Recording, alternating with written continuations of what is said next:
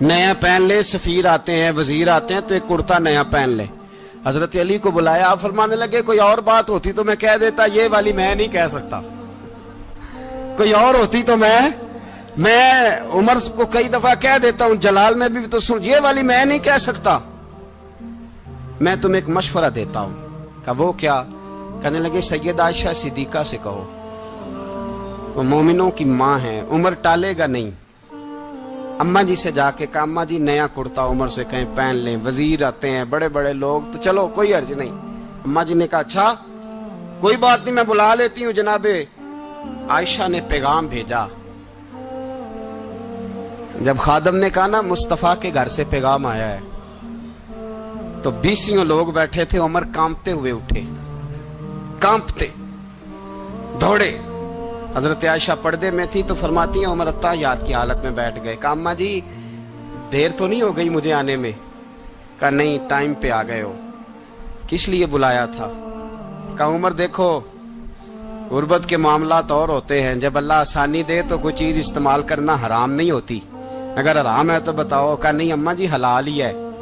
تو فرمایا پھر اتنے سفیر آتے ہیں, مشیر آتے ہیں, اب تو مال غنیمت بڑا آتا ہے, ڈھیر لگ جاتے ہیں مسجد میں, تو چل ایک نیا کرتا تم بھی پہن لیا کرو, اور آپ نیا کرتا پہنو گے تو دھاک بیٹھے گی غیروں پر. تو صحابہ کا مشورہ ہے کہ آپ نیا لباس پہنے. اماں جی کہتی ہے میں نے حکم دیا تو عمر چپ کر گئے, گردن جھک گئی.